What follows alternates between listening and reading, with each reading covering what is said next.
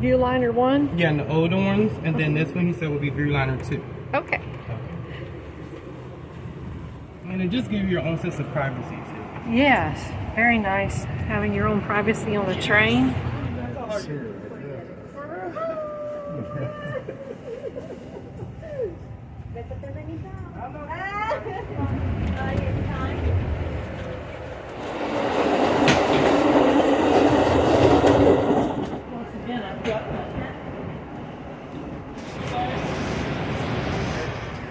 You got any questions at this point? When can we go first class all the way to Miami?